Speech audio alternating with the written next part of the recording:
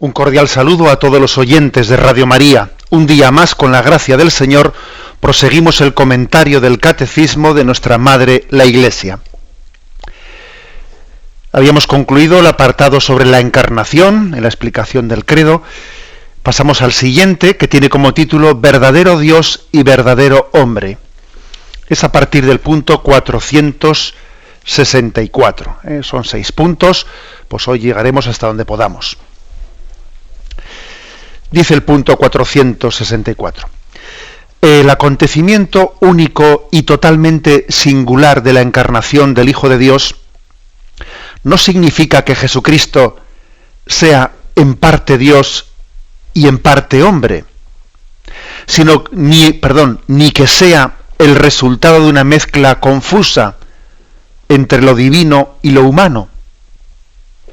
Él se hizo verdaderamente hombre sin dejar de ser verdaderamente Dios. Jesucristo es verdadero Dios y verdadero hombre. La Iglesia debió defender y aclarar esta verdad de fe durante los primeros siglos frente a unas herejías que la falseaban. Bueno, pues nos adentramos, por lo tanto, pues después de haber hablado del misterio de la encarnación, que al mismo tiempo es un acontecimiento. La encarnación es un acontecimiento histórico.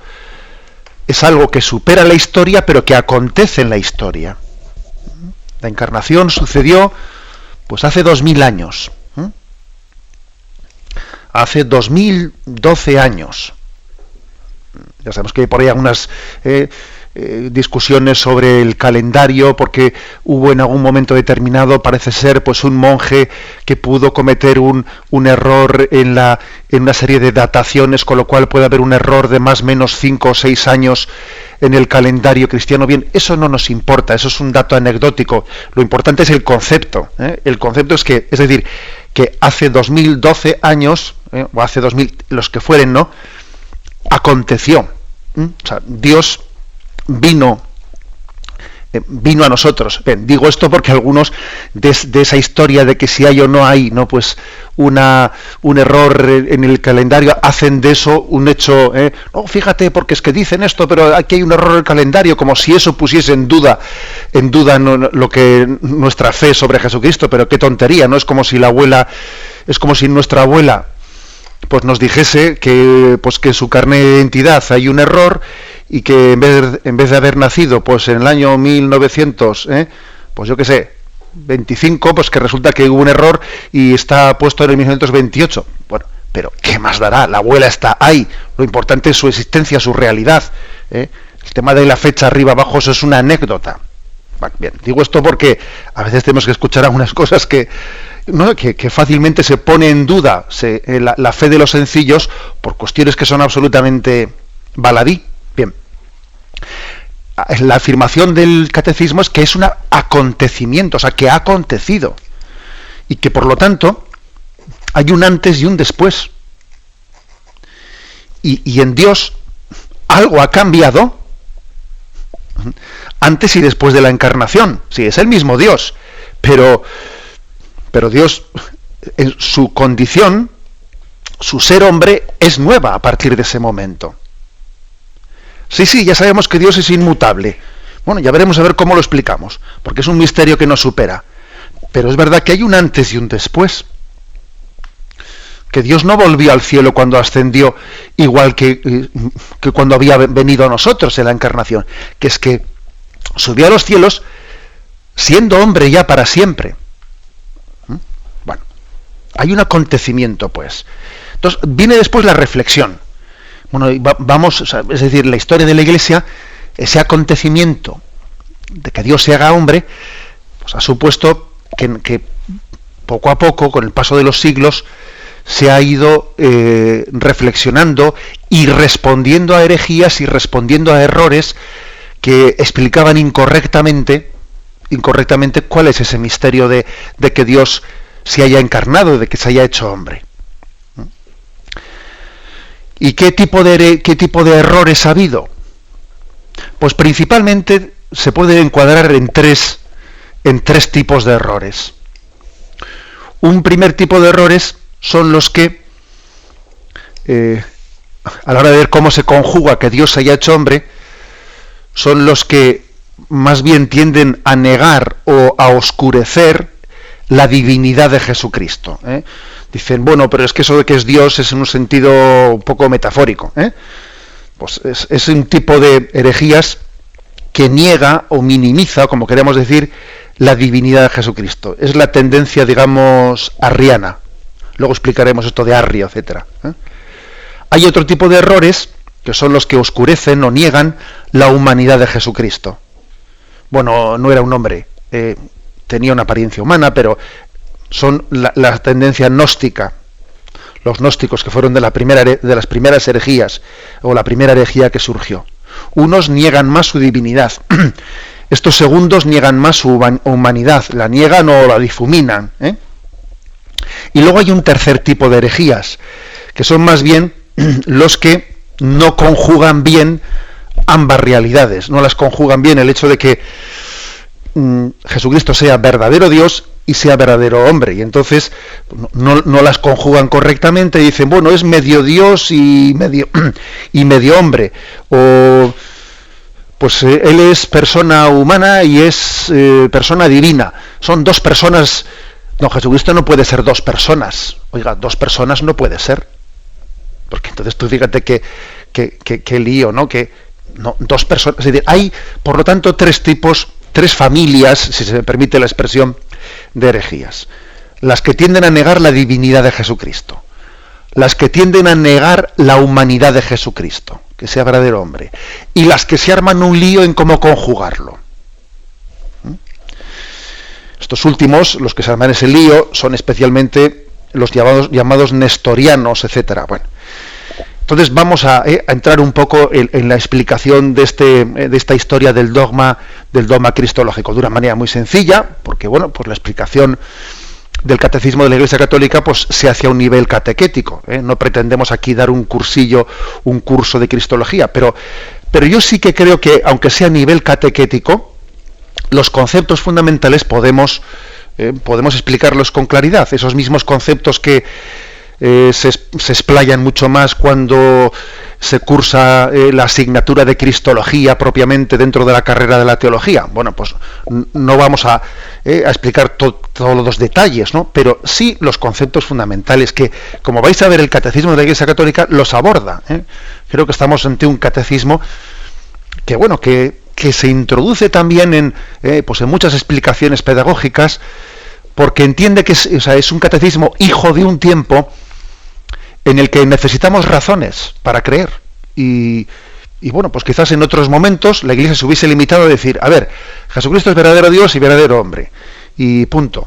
Pero en este momento el catecismo da más explicaciones y explica los errores y cómo se responde a los errores, etcétera. Digamos que es más apologético y más catequético.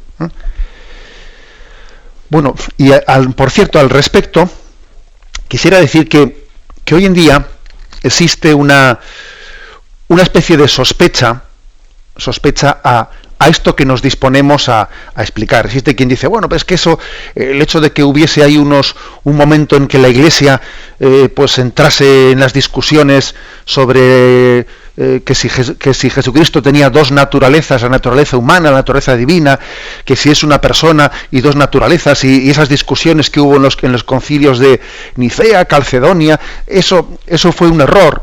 Yo esto que os digo lo he escuchado, ¿no?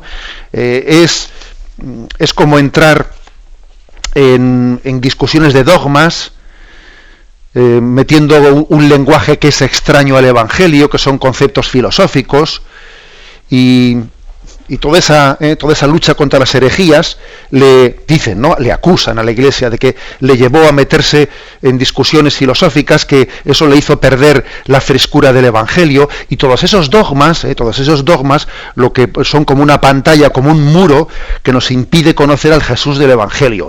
Ahora, pues entonces lo que habría que hacer, perdonad que estoy haciendo como una caricatura de este tipo de discurso erróneo, ¿no? Aquí lo que habría que hacer es, bueno, pues ir al Jesús histórico, dejarse de toda la tradición de los dogmas, etcétera, vayamos al Jesús histórico y allí volvamos a las fuentes y a las raíces y tal.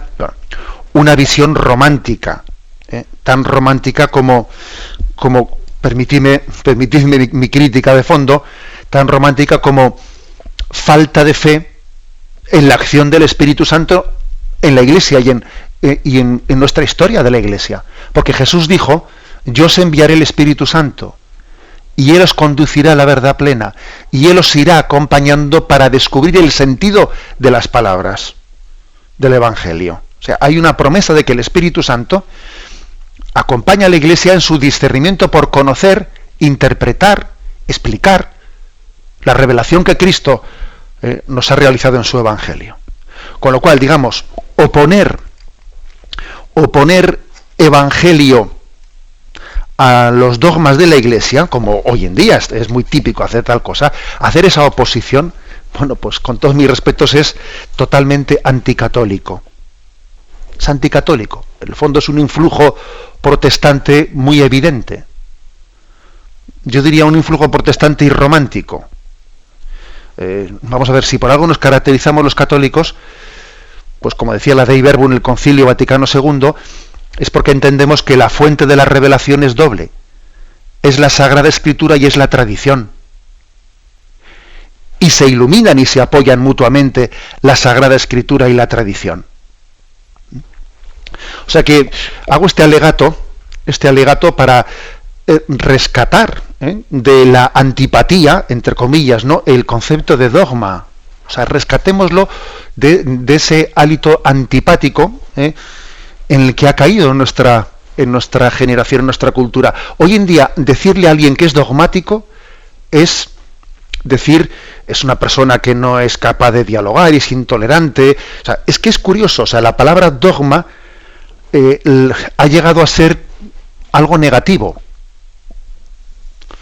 Esta persona es dogmática. Es lo mismo que decir, es intolerante, no es capaz de dialogar. Vamos a ver, pues por supuesto que hay que ser tolerante, hay que ser capaz de dialogar, etcétera, etcétera. Pero es que yo a lo que me estoy refiriendo ahora es que este mundo del relativismo ha hecho que la palabra dogma llegue a ser negativa. Y recuerdo una frase de nuestro querido Benedicto XVI que decía, pronunciada cuando era cardenal Ratzinger, ¿no?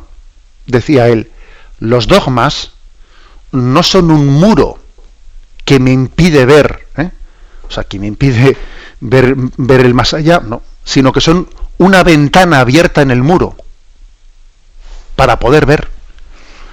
Un dogma no es un muro que me impide avanzar, sino que es una ventana abierta en el muro que me impide ver más allá. O sea, que ahora vamos a hacer un poco la historia de los dogmas, ¿no? Que cuando definió la Iglesia que Jesucristo tiene dos naturalezas, humana, divina, etcétera, ¿por qué lo definió? No porque lo empezase a creer entonces, porque lo creía desde siempre, pero lo definió entonces porque hubo pues un hereje concreto que hizo esa afirmación contraria y entonces hubo que responderle solemnemente. Se reunieron todos los obispos, que esta es otra, porque a veces nos pensamos que los dogmas han sido pues que en un siglo determinado pues se han reunido los obispos de todo el mundo y se han sacado una afirmación de la chistera, como cuando saca, ¿no?, pues hay un mago el conejo debajo de la chistera. Pues no, obviamente han afirmado la que era la fe de siempre. Han afirmado la fe de siempre, pero claro, en este momento la han querido afirmar solemnemente porque había alguien que lo estaba negando, cosa que anteriormente nadie lo había negado. En resumen, que esa necesidad que vio la Iglesia de hacer unos concilios y proclamar unos dogmas, eso no nos aleja del Evangelio, todo lo contrario, nos da la capacidad de leer el Evangelio con una interpretación más correcta, con una interpretación liberada de riesgos de equivocación o de interpretación subjetiva. Bien, lo mismo también diría de la palabra ortodoxia. La palabra ortodoxia también pues está puesta bajo sospecha, ¿no? O sea, resulta que si la Iglesia ahora pues lucha por buscar la ortodoxia, por buscar cuál es la verdad, sí, nos importa cuál es la verdad. ¿Cómo nos va a importar quién es Jesucristo? No, ¿qué más dará? ¿Qué más dará, no? Aquí lo importante es que seamos solidarios, que seamos Oiga, no reduzcamos el Evangelio únicamente a un moralismo. Claro que es importante la moral, de ser solidarios y, bueno, pero oiga, es que además de eso queremos saber quién es Jesucristo. Por eso la ortodoxia, es decir, la búsqueda de la sana doctrina, no es incompatible con la ortopraxis, es decir, con la búsqueda de un vivir según los valores evangélicos. Vivir según los valores evangélicos y buscar la verdad que nos transmite el Evangelio no son dos cosas contrapuestas. Es más, se necesitan mutuamente. Se necesitan mutuamente, ¿no? Bien, este pequeño excursus que he hecho, pues me parece importante, me parece necesario por el hecho de que vivimos en el momento en el que vivimos, en el que una dictadura del relativismo pues puede hacer que la explicación de la Iglesia de buscar la verdad, la ortodoxia en la manifestación de quién es Jesucristo, hoy en día no se entienda. Y a mí cuando yo he estudiado, bueno, cuando he leído alguna cosita de historia de la Iglesia, una cosa que a mí me conmovió, me emocionó, fue ver cómo en aquellos siglos, estoy hablando pues del siglo IV, del siglo V, cuando se estaba respondiendo a aquellas herejías que negaban la divinidad de Jesucristo, que negaban la humanidad de Jesucristo, etcétera, cómo el pueblo de Dios vibraba con aquello, vibraba. O sea, no os penséis que era cosa de unos obispos que se juntaban en un sitio, no, vibraba con ello. Y por ejemplo, cuando se proclamó en Éfeso que Santa María es Madre de Dios, frente a Nestorio, que ya explicaremos esto, pues el pueblo entero pasó toda la noche, el pueblo de Éfeso, con antorchas encendidas, rodeando el lugar en el que estaban reunidos los obispos, respondiendo a aquel hereje que se llamaba Nestorio, y el pueblo de Dios toda la noche pasó orando, y cuentan las crónicas que de todo el pueblo desde fuera del lugar en el que estaban reunidos gritaban: Theotokos, Theotokos, Madre de Dios, Madre de Dios. Y el pueblo de Dios creyente empujaba a los obispos a que respondiesen a esa herejía de Nestorio. O sea, que así no se sabe si eran los bueyes los que tiraban del carro o era el carro el que tiraba de los bueyes. O sea, el pueblo de Dios empujaba a sus pastores y les animaba a que respondiesen a esa herejía. Ellos decían: pero ¿cómo María no va a ser Madre de Dios? O sea, es decir, que no estamos hablando de disquisiciones de 3 obispos que se junten en un sitio. No, es el pueblo de Dios animado por el Espíritu Santo que busca la verdad y busca la respuesta a esa pregunta, ¿no?, que Jesús lanzó: ¿vosotros quién decís que soy yo? Esa pregunta de Jesús, por la gracia del Espíritu Santo, en la tradición de la Iglesia, ha sido respondida, ha sido abordada. Vamos pues a adentrarnos en este campo. Tenemos un momento de reflexión y... Programa Catecismo de la Iglesia Católica, con Monseñor José Ignacio Munilla. Pasamos al punto 465. Y dice: las primeras herejías negaron menos la divinidad de Jesucristo que su humanidad verdadera. Docetismo gnóstico, así se llamaban las herejías que negaban la humanidad de Jesucristo. Docetismo gnóstico, o también gnosticismo. Desde la época apostólica, la fe cristiana insistió en la verdadera encarnación del Hijo de Dios, venido en la carne. Bueno, aquí vienen un par de textos. Primera Juan, capítulo 4, versículo del 2 al 3. Y uno, cuando lee estos textos, ya percibe que a finales del siglo I ya rondaba un tipo de herejías ante los que los mismos apóstoles estaban alerta. Dice: podréis conocer en esto el Espíritu de Dios. Todo espíritu que confiesa a Jesucristo venido en carne es de Dios. Y todo espíritu que no confiesa a Jesús no es de Dios, es el anticristo, el cual habéis oído que iba a venir. Pues bien, ya está en el mundo. Y la segunda carta de Juan, versículo 7, dice: muchos seductores han salido al mundo que no confiesan que Jesucristo ha venido en carne. Ese es el seductor y el anticristo. O sea, es decir, que comenzaron las primeras herejías, ya el propio Nuevo Testamento comienza a responder a las primeras herejías, y las primeras fueron las que negaban que Jesucristo hubiese venido en la carne, es decir, que tuviese verdadera condición humana. Decían, no, es un cuerpo estelar, es un cuerpo... venían, ¿no?, a darle una interpretación en el que la humanidad de Jesucristo era más aparente, ¿no? De ahí viene la palabra docetismo. Dokeo en griego quiere decir parecer, aparentar. Aparentaba hombre, tomó una condición, tomó apariencia humana.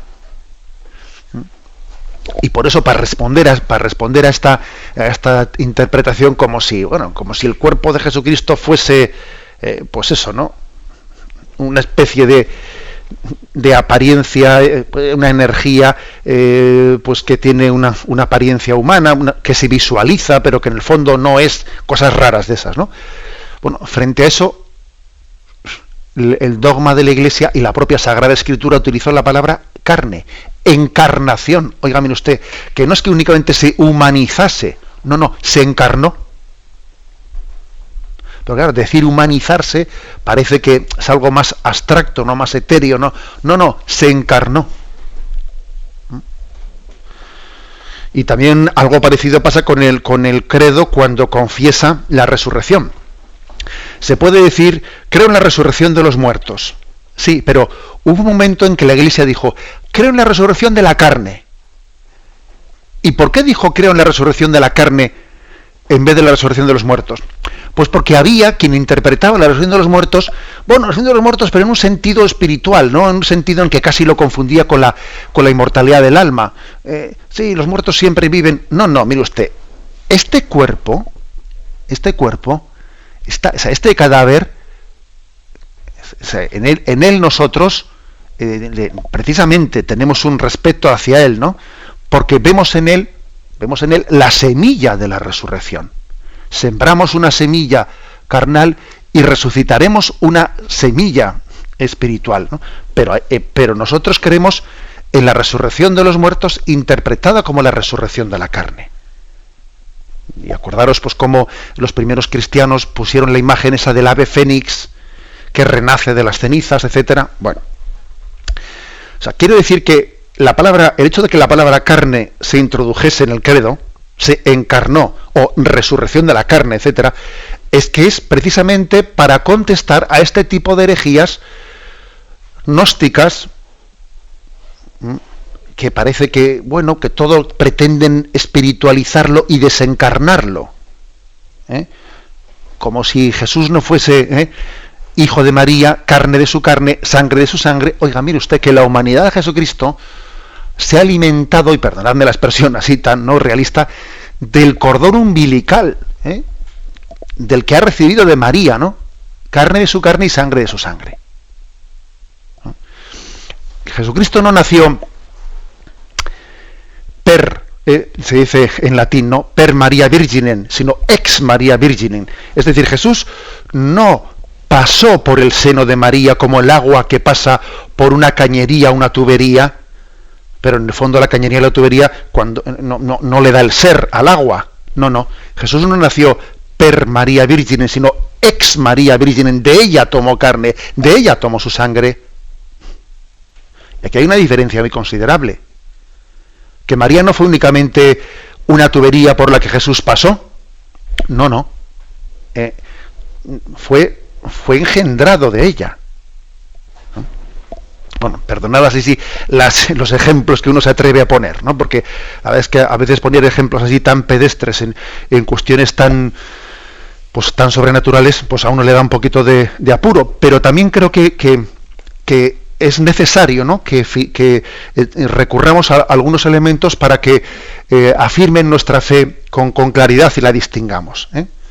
O sea, Jesús no nació a través de María, sino nació de ella. Bueno, y entonces observamos esto, que en los primeros siglos existieron estas herejías, ¿no?, que ellos le llamaron es el anticristo. Fíjate, le llamaban el anticristo a los que negaban la verdadera carne de Jesucristo. Y te verían a decir, bueno, pero claro, ese que está ahí muriendo en la cruz es una apariencia humana, es como un cuerpo, sí, como si fuese un cuerpo estelar, una cosa rara, ¿no? Bueno, pues frente a esto, continúo diciendo, en el siglo III, la Iglesia tuvo que afirmar frente a un tal Pablo de Samosata, en un concilio reunido en Antioquía, que Jesucristo es hijo de Dios por naturaleza y no por adopción. Esta es, digamos, la otra herejía. Primero es la herejía de los gnósticos, la de negar la carne. Y dice, pero, y ya un poco más tarde, en el siglo III, comenzó la herejía por el otro lado, por el de negar la divinidad. Y entonces en ese concilio de Antioquía, frente a este hereje, Pablo de Samosata, se afirma que Jesucristo es hijo de Dios por naturaleza y no por adopción. Porque estos eran de una tendencia adopcionista, que venía a decir, bueno, Jesucristo fue adoptado como hijo de Dios. No, perdón, adoptados hemos sido nosotros por la gracia. Pero Jesucristo no es un hijo adoptado de Dios, es el hijo natural de Dios Padre, por naturaleza. Y entonces ya esta herejía la comenzó este Pablo de Samosata, y luego sobre todo fue Arrio, que quizás os sonará más. El arrianismo pues es principalmente la herejía principal que niega la divinidad de Jesucristo. Y la niega más o menos en el sentido, en el siguiente sentido, diciendo, bueno, es que Jesucristo también salió de la nada, el Hijo de Dios salió de la nada. O también diciendo, es que Jesucristo fue creado como nosotros. Y nosotros en el credo le contestamos, engendrado, no creado, de la misma naturaleza del Padre. Oiga, mire usted, señor Arrio, le estamos diciendo, Jesucristo no hubo un tiempo en que no existía. Es eterno como el Padre. Yo recuerdo que, así con los niños de la catequesis, a veces pues que te lo pasas con ellos bomba, ¿no? Te lo pasas con ellos, haberle preguntado a los niños, a ver, ¿y Jesús, antes de haber nacido en Belén, dónde vivía? Y me responde un niño, pues en la tripa de María. Bueno, y ahí nos reímos todos, y le digo yo, bueno, y antes de vivir en la tripa de María, ¿dónde vivía Jesús? Y otro niño así muy borracho levantó la mano y dijo, pues en el cielo. Pues claro, le dije, muy bien respondido. Así los niños nos dan lecciones de teología que tenemos que aprender todos. Es decir, que es eterno. Que es eterno con el Padre, que Él no ha comenzado a existir. Sí ha comenzado a tener una condición humana al encarnarse, pero es que es eterno. O sea, esa es la respuesta que se le da a Arrio. Es la respuesta que se le da a Arrio. Por lo tanto, fijaros cómo no estamos hablando aquí de lucubraciones filosóficas, no. Oiga, esta pregunta es tan real como la de ese niño, al que yo le pregunté eso. Arrio venía a decir que también Jesús había sido creado, que el Hijo de Dios había sido creado, y también que era de una sustancia distinta de la del Padre. Una sustancia distinta. Y nosotros le respondimos, digo nosotros, la Iglesia, ¿no? Nosotros le respondimos diciendo, no, de la misma sustancia del Padre, de la misma. Homoiousios. Ese es el término griego que se utiliza diciendo, no, de la misma sustancia del Padre. Bueno, por lo tanto, ahí se respondió primero a las herejías de tipo gnóstico que negaban la humanidad de Jesucristo, eso ya por el siglo II, y después ya en el siglo III o IV se tiene que responder a las herejías por el otro lado, las que niegan la divinidad de Jesucristo. Bien, tenemos un momento de reflexión y continuamos enseguida. Esta edición del Catecismo al punto siguiente al 466. Si recordáis, en el primer momento de del programa he dicho que había tres tipos de errores frente a la afirmación del dogma, ¿no?, sobre quién es Jesucristo. Pues unos que oscurecen la humanidad de Jesucristo, otros que oscurecen o niegan la divinidad de Jesucristo. Y el tercer tipo de errores, que es de los que vamos a hablar ahora, son los errores que no resuelven adecuadamente no conjugan ambas realidades, de ser verdadero Dios y ser verdadero hombre. Y no sé, parece como si dijesen, bueno, es medio Dios, medio hombre, o se arman un lío en cómo conjugar esas dos realidades, la humana y la divina. Bueno, pues dice así el punto 466.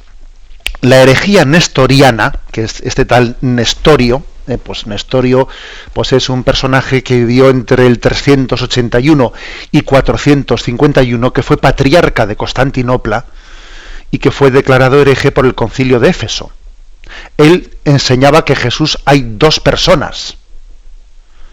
Claro, la Iglesia le dijo, dos personas no, hay dos naturalezas, la humana y la divina, pero si decimos que hay dos personas, pues vaya lío de personalidad que es ese, ¿no? Bueno, pues entonces, ¿qué se derivaba? ¿Qué se derivaba de esa afirmación de Nestorio? Bueno, en Jesús hay dos personas, es hombre y es Dios, y bueno, pues es como si fuese medio hombre y medio Dios, ¿no?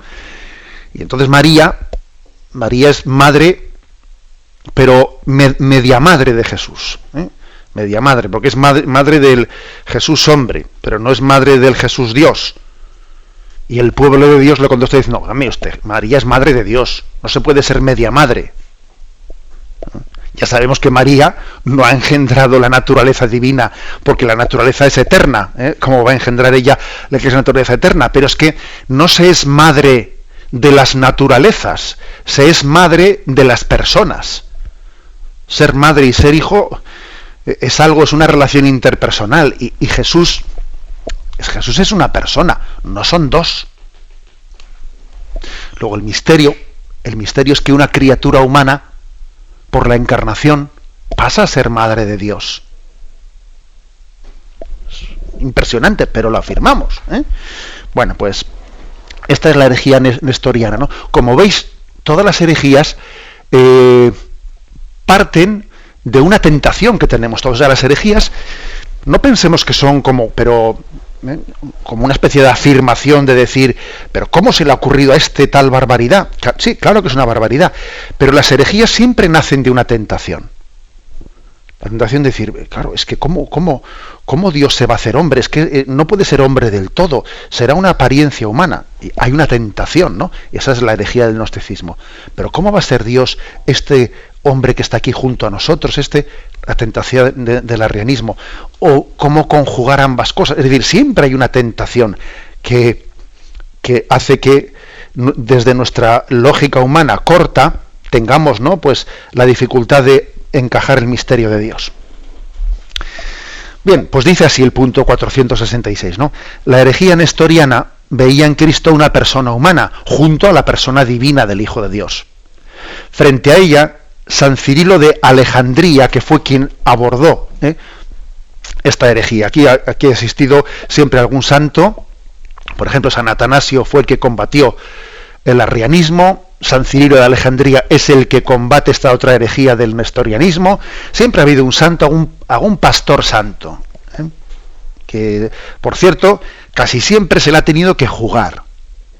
Y además ha tenido que sufrir a veces, como fue en caso de San Atanasio, que por defender la ortodoxia se la jugó, tuvo un montón de destierros, se quedó más solo que la una, tuvo que sufrir vejaciones, humillaciones, y fue sencillamente, vivió un martirio en vida por defender la ortodoxia. Esa que a nosotros ahora nos parece una tontería y nos parecen discusiones de escuela. Esto es discutir como sobre el sexo de los ángeles oiga, mire usted, ¿cómo que sobre el sexo de los ángeles? Decirse que Jesucristo es verdadero Dios y verdadero hombre, esto no es una cuestión baladí. Y sepa usted que ha habido santos en la historia de la Iglesia que se han jugado su vida y que han sufrido todo tipo de vejaciones, humillaciones y martirio por defender la verdad de fe. Bueno, pues aquí San Cirilo de la Alejandría fue el que se la jugó, y fue el que consiguió, pues, convocar el tercer concilio ecuménico que tuvo lugar en Éfeso en el año 431, y allí se confesó que el Verbo al unirse en su persona a una carne animada por un alma racional, se hizo hombre. La humanidad de Cristo no tiene más sujeto que la persona divina del Hijo de Dios, que la ha asumido y ha hecho suya desde su concepción. Por eso el Concilio de Éfeso proclamó en el año 431 que María llegó a ser con toda verdad Madre de Dios, mediante la concepción humana del Hijo de Dios en su seno. Dice así, esta proclamación de Éfeso, dice: Madre de Dios, no porque el Verbo de Dios haya tomado de ella su naturaleza divina, sino porque es de ella de quien tiene el cuerpo sagrado dotado de un alma racional, unido a la persona del Verbo, de quien se dice que el Verbo nació según la carne. Es decir, que lo que no se puede afirmar es que en Jesús hay una persona humana y una persona divina, porque es que dos personas, uno no puede ser dos personas. Sería un lío, no tendría entonces una personalidad, O sea, sería una especie de esquizofrenia, no lo digo en el sentido de enfermedad científica, sino en el sentido alegórico de la palabra. O sea, sería una esquizofrenia. Vamos a ver, pero esta persona, ¿quién es? Que por cierto, a veces uno, cuando ha escuchado alguna interpretación por ahí, eso de decir, no, es que Jesucristo se dio cuenta que era hijo de Dios, pues en el bautismo del río Jordán. Anda, si soy Dios, ¿no? Pero hombre, por Dios, pero ¿cómo se puede creer esa interpretación? Parece que entonces Jesucristo tiene una especie de un lío mental, un lío entre dos personalidades. Eso es absolutamente inconcebible, inaceptable. Y la prueba es que en la Sagrada Escritura lo que se muestra es que Jesús tenía conciencia de quién era, pues desde el principio, e iba avanzando en esa conciencia, pues según también, lógicamente, su humanidad va teniendo más capacidad, ¿no? Pero nunca Jesús cambió de conciencia de quién era Él. Por ejemplo, cuando en ese momento en el que Jesús se pierde en el templo y después María y José le buscan angustiados y le encuentran, y Jesús les dice esa frase misteriosa: ¿por qué me buscabais? ¿No sabíais que tenía que estar en la casa de mi Padre? Estoy aquí en el templo de Jerusalén. Y les está pegando un pequeño recordatorio de que su padre natural no es José, sino que es Dios Padre, que ha sido concebido por obra del Espíritu Santo, etcétera. Es decir, o sea, en Jesucristo no hay dos personas, hay una persona que es la persona divina, pero la persona divina que se ha encarnado, que se ha hecho hombre, no tomando apariencia humana únicamente, no, sino siendo hombre plenamente, ¿no? Asumiendo una carne humana que está animada por un alma racional, Bueno, ¿esto qué es lo que...? O sea, tiene alma humana. Jesucristo tiene alma humana, además de tener naturaleza divina. Por eso se puede decir que en Jesús hay una voluntad humana y una voluntad divina. Y también a Jesús le vemos luchar, ¿no? Pues como, Padre, que no se haga mi voluntad, sino la tuya. Y también Él está luchando para que su voluntad humana sea obediente y asuma la voluntad divina. Y esa lucha interior que Jesús tiene es una lucha, porque claro, Jesús, o sea, como verbo, Él no necesita luchar para que la naturaleza humana, la voluntad divina de Jesucristo abrace la voluntad del Padre. No, la lucha la tiene en que la voluntad humana de Jesús abrace la voluntad del Padre. O sea, en Jesús hay dos voluntades. Jesús hay dos naturalezas, humana y divina. Pero en Jesús no hay dos personas, es una persona, la que existía desde siempre, ¿no? Acordaros de eso que os he dicho antes, de esa pregunta al niño, ¿no? ¿Y dónde estaba Jesús antes de nacer en Belén? Pues en la tripa de su madre. ¿Y dónde estaba antes de estar en el seno de su madre? Pues en el cielo. O sea, esa persona era divina. Él existía antes, luego es persona divina. Es persona divina que se hizo hombre y se encarnó y tomó nuestra condición humana con todas sus consecuencias. Entonces, fijaros una cosa, frente a este tipo de herejías, que son las que el nestorianismo, etcétera, las que se arman un lío de cómo conjugar que sea verdadero Dios y verdadero hombre, ¿no? Y que tienden a a liar la cosa de manera que dicen, bueno, es como si fuesen medio Dios y medio hombre. Y entonces María no puede decirse que es madre de Dios. María es únicamente madre del hombre, pero no es madre. Pues resulta que la Mariología, la confesión de María como madre de Dios, que es esa fiesta que celebramos el 1 de enero, es el mejor antídoto contra los errores cristológicos. Confesar a María, o sea, la Mariología, que lógicamente lo central es la cristología, no es la Mariología, claro.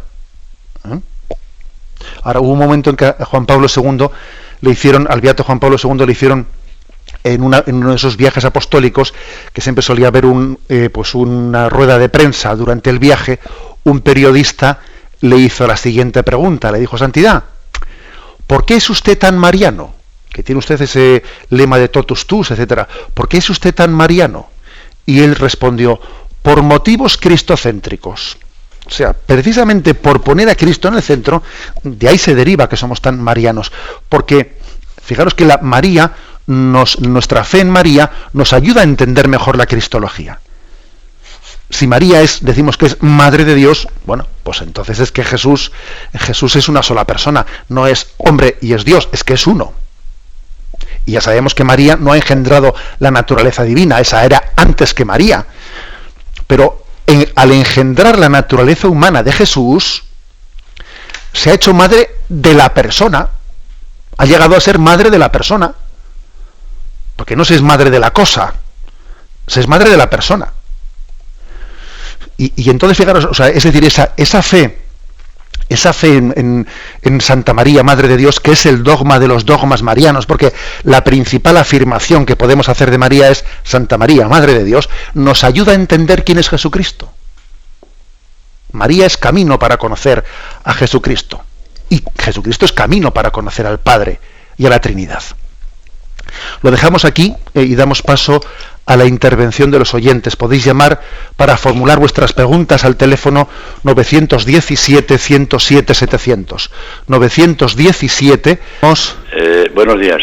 Adelante, le escuchamos. Mire, solamente quería, por favor, nos explicara el concepto de persona. Bien, pues la verdad es que usted ha hecho una pregunta ahí que, madre mía, que es una pregunta muy importante. Pues mire, el concepto de persona precisamente es la cristología la que nos ayuda a entender el concepto de persona. Porque claro, hablar de concepto de persona, hipóstasis, que se dice en griego, bueno, pues según las distintas escuelas filosóficas lo explican de una manera, de otra manera, ¿no? Y nosotros, digamos que yo creo que podemos hacer la siguiente afirmación, ¿no? Que la propia teología ilumina la filosofía para entender qué es persona. El hecho de que distingamos persona de naturaleza, claro que la persona no puede estar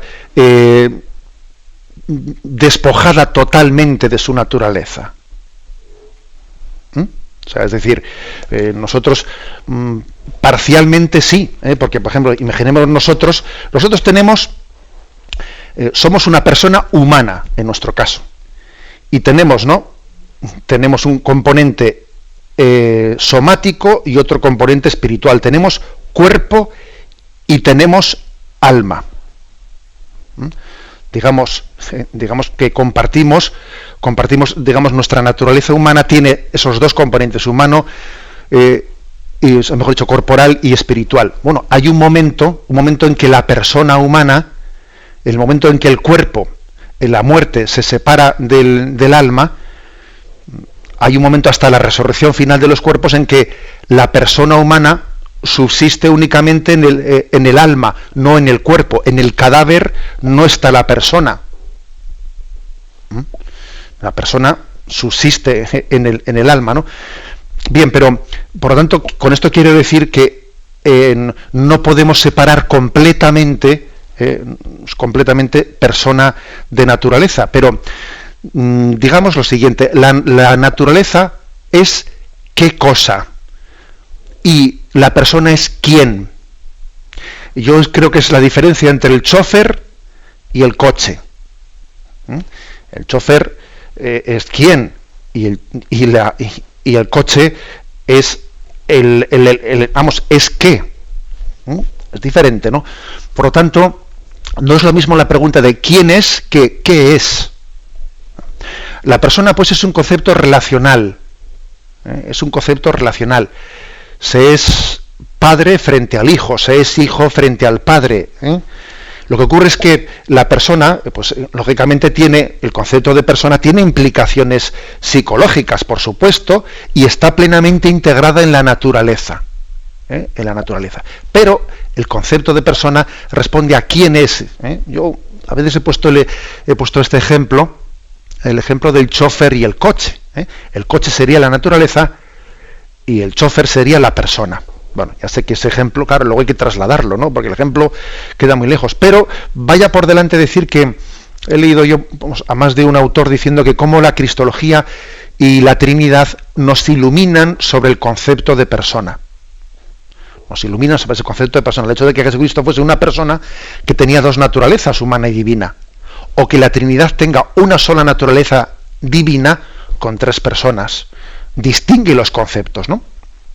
Bueno, ya sé que es un misterio y posiblemente mi respuesta la ha dejado un tanto insatisfecho. Pero bueno, como volveremos sobre esto, y espero poder dar un pasito más, bueno, intentaremos ayudarle posteriormente.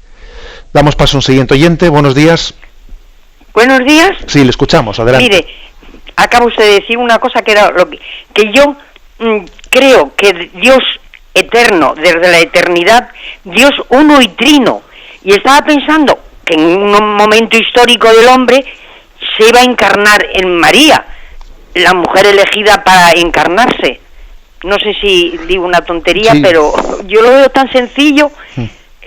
Dios uno y trino, desde la eternidad, siempre tenía pensado, en cierto momento de esa evolución del hombre, pues cuando él pensó que se podía encarnar en una mujer que no era la mujer del Neandertal, que se podía encarnar en una mujer que también estaba pensada desde la eternidad, se encarnó. Y es así tan sencillo, yo como el niño de la catequesis. Pues sí, no, y a veces es verdad, a veces que la fe de los sencillos nos da lecciones a todos, y especialmente a los teólogos, nos da lecciones. Pero yo eso lo he sentido desde siempre, sí. Como el niño.